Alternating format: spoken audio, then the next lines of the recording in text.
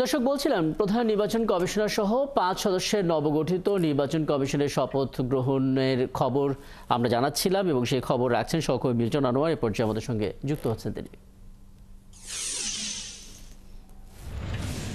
Milton, একটা ধারণা আমরা পাচ্ছিলাম যে ডেটটার দিকে হয়তো শপথ অনুষ্ঠানটি শুরু হতে পারে। আপনি আমাদেরকে যদি সুনির্দিষ্ট তথ্যটা একটু জানাতে পারেন যে কটা নাগাদ আসলে শপথ গ্রহণ শুরু হতে পারে এবং সেই অনুযায়ী প্রস্তুতি আসলে কেমন দেখছেন?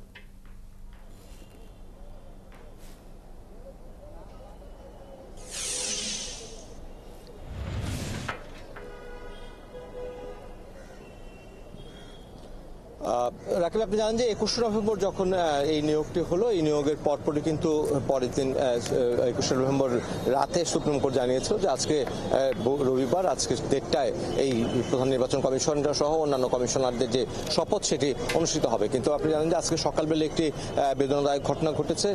কারণ হচ্ছে সুপ্রিম কোর্টের বাংলাদেশের সাবেক প্রধান বিচারপতি এম রুহুল আমিন তিনি মৃত্যুবরণ করেছেন এবং যে তিনি বাংলাদেশের সাবেক প্রধান বিচারপতি ছিলেন এবং সুপ্রিম কোর্টের রেওয়াজ হচ্ছে যে সাবেক প্রধান বিচারপতি মারা গেলে সুপ্রিম কোর্টের বিচার কাজ একদিনে তার সম্মানে বন্ধ রাখা হয়।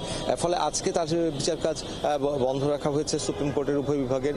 ফলে শপথটি আজকে দুপুর 1:30টায় হবে কিনা সে বিষয়ে সুপ্রিম কোর্ট তরফ থেকে জানানো হয়েছে শপথটি হবে। এবং এই ফাঁকে আপনাকে এও জানিয়ে রাখি যে এক সপ্তাহের মধ্যে এক সপ্তাহ ব্যবধানে দুজন সাবেক প্রধান বিচারপতি মৃত্যুবরণ করলেন।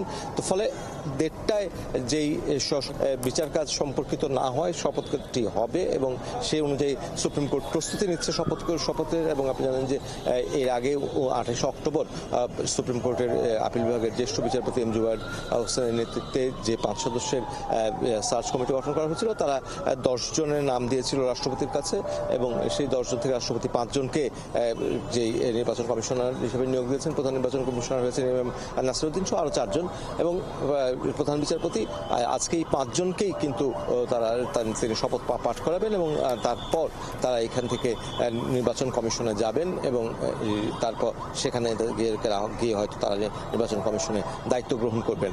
তবে 1:30টায় যে দুপুর 1:30টায় সুপ্রিম কোর্টের জাজেস লাউঞ্জে তাদের প্রধান নির্বাচন কমিশনার সহ অন্যান্য কমিশনারদের যে শপথ অনুষ্ঠান হওয়ার কথা ছিল সেটি যথারীতি হবে এবং সে অনুযায়ী সুপ্রিম কোর্ট প্রস্তুতি গ্রহণ করছে।